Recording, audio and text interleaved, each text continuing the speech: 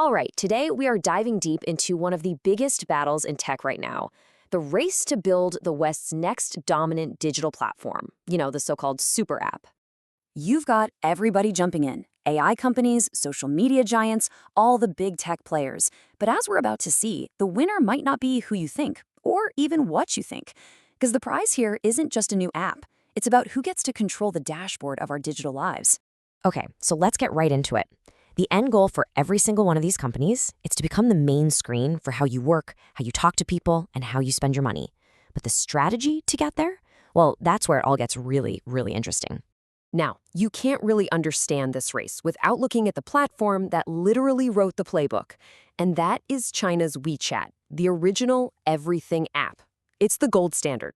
What's so wild about WeChat is that it didn't start as this massive, all-powerful thing. It was smart. It grew step by step. First, it just got everyone hooked on messaging, a daily habit.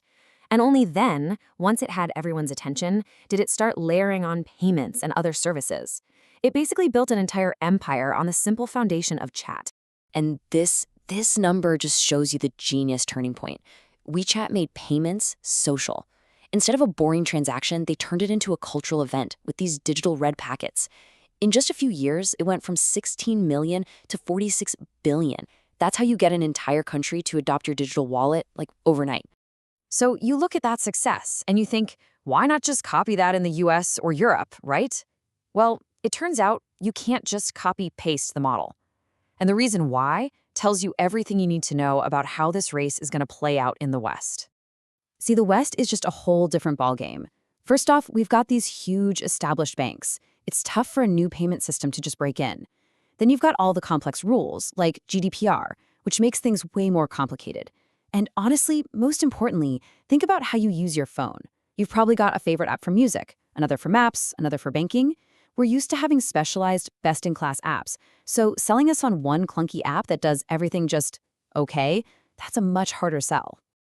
So what all this means is that any company trying to win in the West needs a totally different strategy. So let's look at the key players and their very different approaches to trying to win this thing. First up, you've got the AI-first approach from companies like OpenAI. And what's really fascinating here is that the idea isn't to replace all your favorite apps. The idea is to create an AI brain that can work with all of them for you.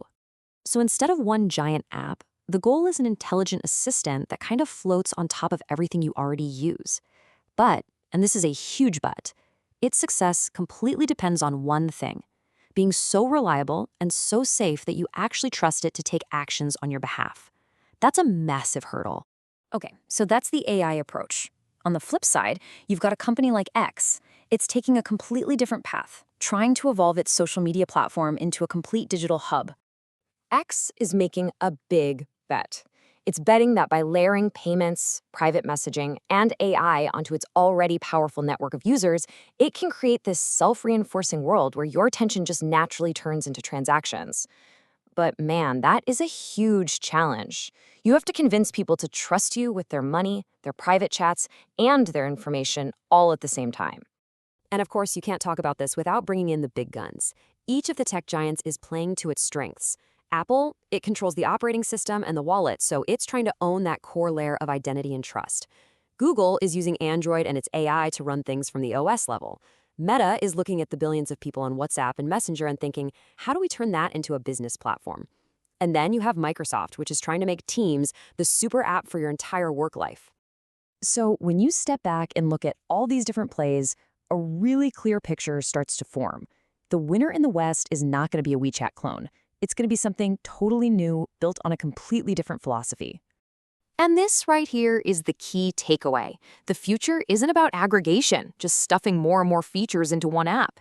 It's about orchestration, invisibly connecting all the specialized apps you already love so they work together perfectly. So think less of a giant clunky shopping mall and more of an invisible personal concierge that just makes your life easier. And this quote just nails the whole idea. The winner will not be the company that owns everything. It will be the company that removes the most friction. It's not about ownership. It's about making everything you already do online feel seamless. That's the real prize. Which leaves us with one last, kind of mind-bending thought. In this new world of orchestration, where the goal is to be the invisible layer connecting everything, the ultimate power might not belong to the company that makes the flashy new app. It might belong to the company that owns the underlying operating system, the silent platform that's quietly holding all the keys.